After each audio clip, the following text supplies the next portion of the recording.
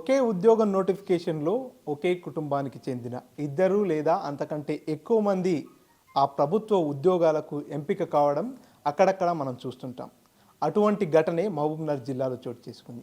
ఒకే కుటుంబంలో ఒకే ఉద్యోగ నోటిఫికేషన్లో ఒకే కుటుంబానికి చెందిన ఇద్దరు వ్యక్తులకు ప్రభుత్వ ఉద్యోగం వచ్చింది.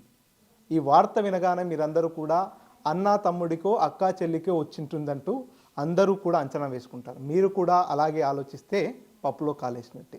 ఇక్కడ ఉద్యోగం సాధించింది వేలు పట్టుకొని ఓనమాలు దిద్దించిన తండ్రి భుజాలపై ఎక్కి పాఠశాలకు వెళ్ళిన తనయుడికి, ఇద్దరికీ కూడా ఒకే ఉద్యోగ నోటిఫికేషన్లో ఉద్యోగాలు రావడం పూర్తిగా జిల్లాలో చర్చనీయాంశంగా మారింది.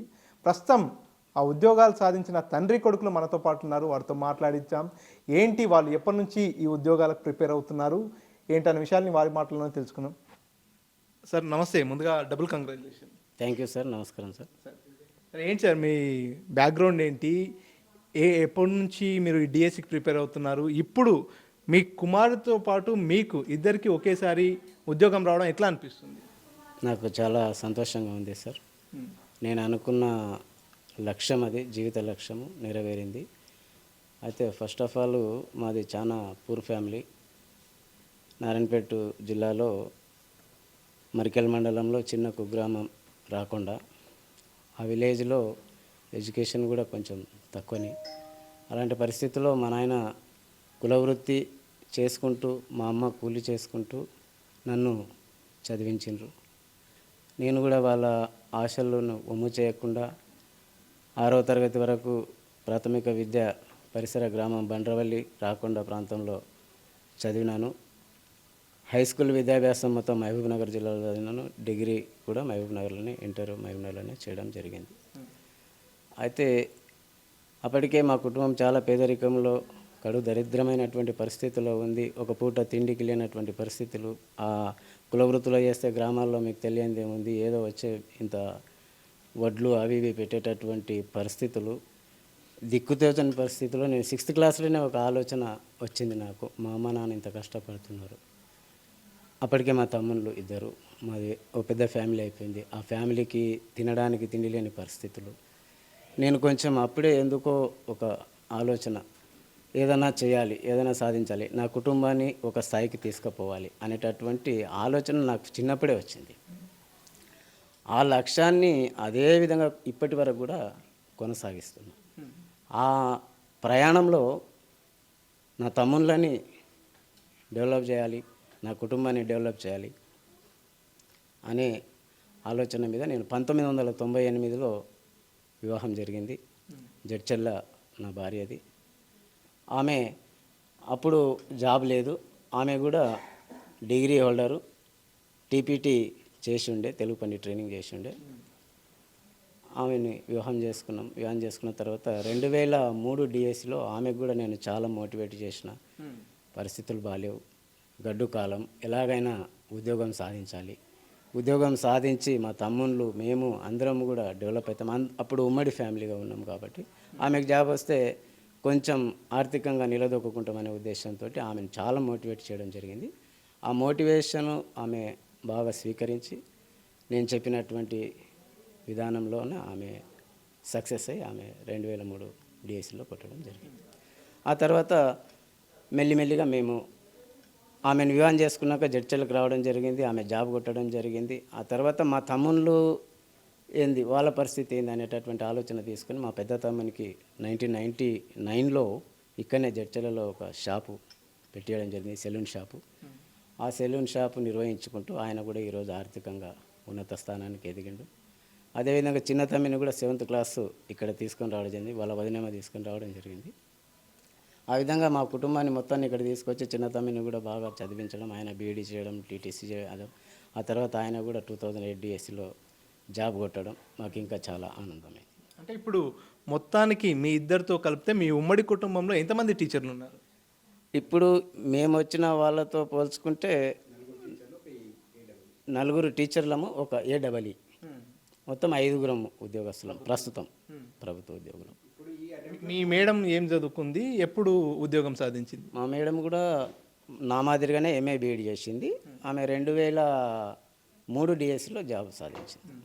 అంటే మీ కుటుంబంలో ఇప్పటికే ఉపాధ్యాయులుగా ఉన్నటువంటి పరిస్థితి. మీ అబ్బాయి కూడా ఇప్పుడు మళ్ళీ ఉపాధ్యాయ పోస్ట్ కోసమే ప్రిపేర్ అవుతున్నాడు.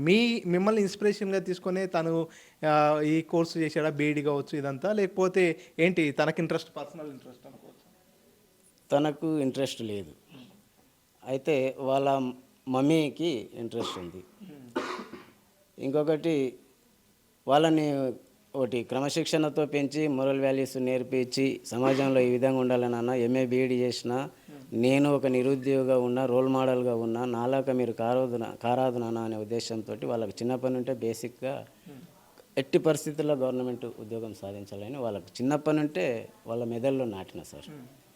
అది బాగా నాకు వాళ్ళు కూడా నేను చెప్పినటువంటి విషయాలు వినడము, నేర్చుకోవడం, చదవడం అన్నీ ఆ విధంగా చేయడం వల్ల వాళ్ళు మా కుటుంబ నేపథ్యాన్ని కూడా అర్థం చేసుకోవడం, నేను చెప్పిన మాటలన్నీ వాళ్ళు స్వీకరించడం, నా మోటివేషన్ వాళ్ళకి చాలా ఉపయోగపడింది.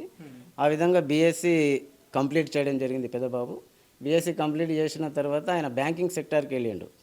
ఎన్నో వైఫల్యాలు ఎదురైనాయి ఆయనకు. అయినప్పటికీ కూడా ఆయన నిరంతరం కృషి చేస్తే ఏదో ఒక రోజు నీవు సాధిస్తున్నానా, చదువుతూనే ఉండు, ఖచ్చితంగా నీవు ఏదో ఒక రోజు జీవితంలో సక్సెస్ అవుతావు అనేటటువంటి మాట చెప్పిన. అదే తరుణంలో చాలా బ్యాంక్ ఉద్యోగాలన్నీ దగ్గరికి వస్తున్నాయి. మెయిన్స్కి సెలెక్ట్ అవుతున్నాడు, తర్వాత ఫెయిల్ అవుతున్నాడు. అవి ఆ తరుణంలో గ్రూప్ 4 కూడా నోటిఫికేషన్ వచ్చింది. ఆ గ్రూప్ 4లో ఇప్పుడు నారాయణపేట డిస్టిక్లో జాబ్ కొట్టిండు ఆయన. అయితే మా కుటుంబంలో మా భార్యకు కానీ నాకు కానీ ఆ జాబు కన్నా టీచర్ జాబు అయితే బాగుంటుందని వాళ్ళ అమ్మ కోరిక దృఢంగా ఉండేది. మొన్న 2022లో ఆయనకు బీఈడి చేయడం జరిగింది మా బలవంతన.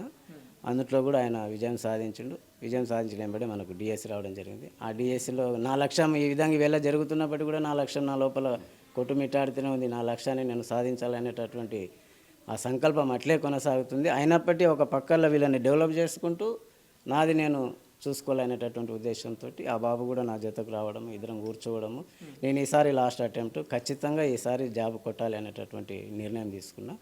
దానికి తోడు ఇప్పుడు మా తమ్ముళ్ళు ఆల్రెడీ మంచిగా స్థిరపడ్డారు.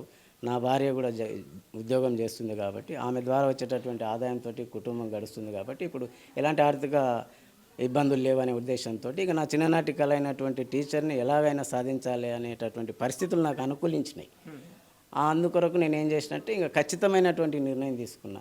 దగ్గర ఒక నెల రోజులు నేను ఏ ఫంక్షన్లకు కానీ ఎక్కడ కానీ అటెండ్ కాలేదు. ఒక నెల రోజులు పగలనక రాత్రనక కష్టపడి ఈ విధంగా ర్యాంక్ సాధించిన సార్. అంటే డిఎస్సికి ఎట్లా ప్రిపేర్ అయ్యారు? అంటే మీతో పాటు మీ అబ్బాయి కూడా ఇప్పుడు సెలెక్ట్ అయ్యారు కదా, ఇద్దరు కలిసి ఇంట్లోనే కూర్చొని కమాండ్ స్టడీస్ లాగా చేసుకున్నారా, లేకపోతే మీ బాబు కోచింగ్కి ఏమైనా వెళ్ళారు?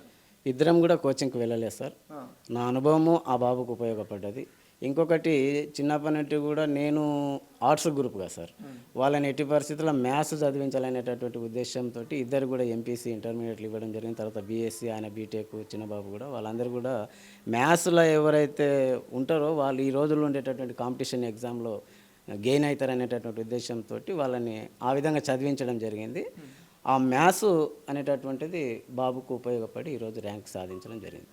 ఇక నా విషయానికి వస్తే నేను సోషల్ తర్వాత 2 తెలుగు పండితులు ఎంఏ బీఈడి చేసిన కాబట్టి ఒకటి స్కూల్ అసిస్టెంట్ రాయడానికి అవకాశం, ఒకటి పండిత్ రాయడానికి అవకాశం, ఒకటి సోషల్ కూడా రాయడానికి అవసరం.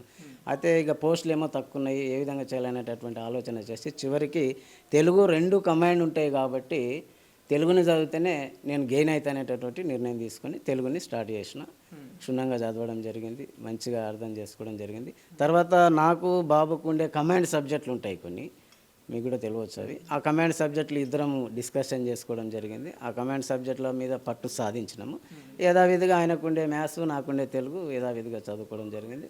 ఖచ్చితంగా నేను ఈ లక్ష్యాన్ని సాధించాలనేటటువంటి నిర్ణయం తీసుకున్నా, దీక్ష తీసుకున్నా, అకుంఠిత దీక్షతోటి కష్టపడ్డ. ఖచ్చితంగా నాకు కళ కనిపిస్తుంది ముందర నాకు జాబ్ వస్తుంది అనేటటువంటి, అంటే నేను చదివే విధానాన్ని బట్టి నాకు గతంలో స్వల్ప మార్కులతోటి పోయినా కాబట్టి ఈసారి ఖచ్చితంగా జాబ్ కొడతానేటటువంటి నమ్మకం చదివేటప్పుడే వచ్చింది.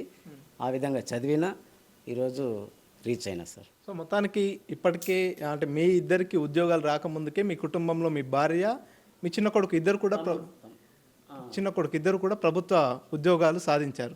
సో ఇప్పుడు మళ్ళీ మీ ఇద్దరు కూడా ప్రభుత్వ ఉద్యోగాలు, అంటే కుటుంబంలో ఉన్న నలుగురు ప్రభుత్వ ఉద్యోగులుగా మారిపోయిన సందర్భంగా మీ బంధుమిత్రుల నుంచి కావచ్చు, పరివారం నుంచి ఎటువంటి అభినందనలు అందుతున్నాయి? అందరు కూడా చాలా సంతోషపడుతున్నారు సార్. ఇంకొకటి, నేను అందరితో మంచిగా ఉంటా. నా ఒపీనియన్ నేనేమనుకుంటుంటా అంటే, నేను అజాత శత్రువుని అనుకుంటా. ఎవరికి కూడా నేను ఎలాంటిది చేయను. కాబట్టి అందరూ కూడా నాకు వెల్ విషర్సే. నా బంధువులు కానీ, మా అత్తగారి తరపున కానీ, మా అమ్మ తరపున కానీ అందరూ కూడా నాకు వెల్ విషర్స్. ఎక్కడ కూడా నాకు ఎవరు కూడా ఏ ఆటంకం లేకుండా అందరూ సహకరించాను సార్. రైట్. ఇదే డిఎస్సిలో తండ్రితో పాటు ఉద్యోగం సాధించిన కొడుకు కూడా మనతో పాటు ఉన్నాడు. అతనితో కూడా మాట్లాడిద్దాం. బ్రదర్, ముందుగా congratulation. Thank you sir. Thank you sir. ఎట్లా అనిపిస్తుంది? ఒకే నోటిఫికేషన్లో మీ నాన్న నువ్వు ఇద్దరు పోటీ పడ్డారు, ఇద్దరు కలిసి కూర్చొని ఒక మిత్రులులా కమాండ్ స్టడీస్ కూడా చేశామంటూ కూడా మీ డాడీ చెప్తున్నారు. ఇద్దరికి ఈ నోటిఫికేషన్లో ఉద్యోగం రావడం ఎట్లా అనిపిస్తుంది? చాలా ఆనందంగా ఉంది సార్. మా ఫ్యామిలీ మొత్తం చాలా ఆనందంగా ఫీల్ అవుతున్నాం. ఒకేసారి ఇద్దరికి రావడం చాలా మంచి అనిపిస్తుంది. మా డాడీకి కూడా డిస్ట్రిక్ట్ ఫస్ట్ రావడం ఎంతో గర్వకారంగా అనిపిస్తుంది. లాస్ట్ అటెంప్ట్లో పట్టు వదిలేని విక్రమార్కులాగా చదివి తన చిన్ననాటి కళను సాకారం చేసుకున్నాడు అని చాలా హ్యాపీగా ఫీల్ అవుతున్నాం సార్. మీ ఎడ్యుకేషన్ క్వాలిఫికేషన్ ఏంది? ఎంతవరకు చదువుకున్నారు? డిఎస్సి ఫస్ట్ అటెంప్టా మీది? ఎన్నోసారి? ఇది నా ఫస్ట్ అటెంప్ట్ సార్ డిఎస్సిలో. నేను మా అమ్మకు జాబ్ రావడం వల్ల మేము మక్తల్లో చదువుకున్నాం సార్.